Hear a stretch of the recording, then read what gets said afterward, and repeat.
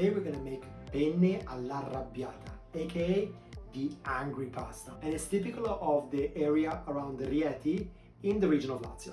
Simple ingredients, as this is a peasant food. We've got extra virgin olive oil, garlic, we got the star of the show, the chili is what is gonna make you angry, parsley, some canned tomatoes, pecorino romano, and this, the penne. Make sure you're pronouncing it correctly because many foreigners pronounce it penne, and that means peanuts. So penne.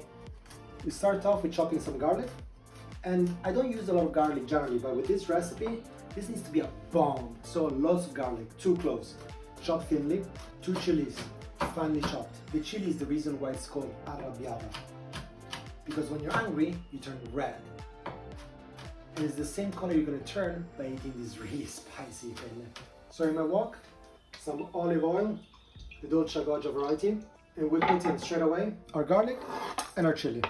And at the beginning, we want to infuse the olive oil, so stems of the parsley. All of this over here. Some more olive oil. And the reason why we have to heat it up slowly is because here we are infusing the oil. So it takes a long time for the oil to absorb all the flavor from the garlic, from the parsley, from the chili. So a little bit of patience now. When the oil starts to fry up, we put the tomato. Use plum tomatoes, they're much better quality, and use your hands to get nice and dirty. Break them up like this. And the reason why you get plum tomatoes is they are grade A tomatoes. Anything which is not grade A gets chopped. And everything which is really, really rubbish ends up in a passata, so never buy the passata. A little bit of water to clean up the remaining juice. And this needs to cook for about 15 minutes, which is exactly the time we need to boil the water and start cooking the pasta. You know the drill here. Rolling boiling water, salt, and penne.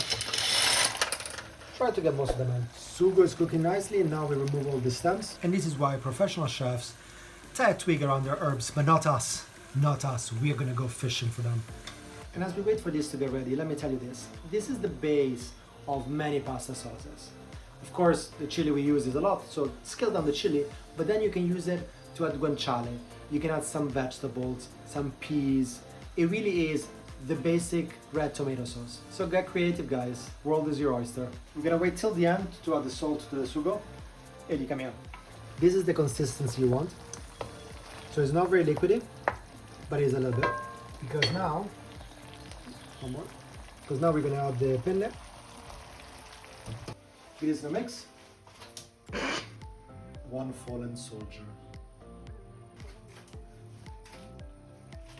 We'll add some fresh parsley.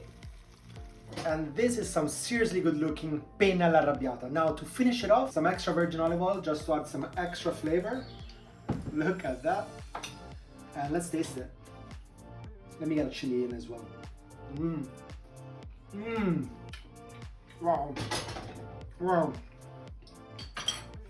It's definitely arrabbiata. Whoa, super tasty. Super hot. By the way, don't drink water when you got chili in your mouth, you know that, right? Okay, it's not very traditional, but I've got some pecorino and I really love it with the pasta, so I'm gonna add it. I know the traditional says no pecorino, but I'm gonna allow you that flexibility, okay? So do what your heart pleases and enjoy this spaghetti arrabbiata. Buon appetito.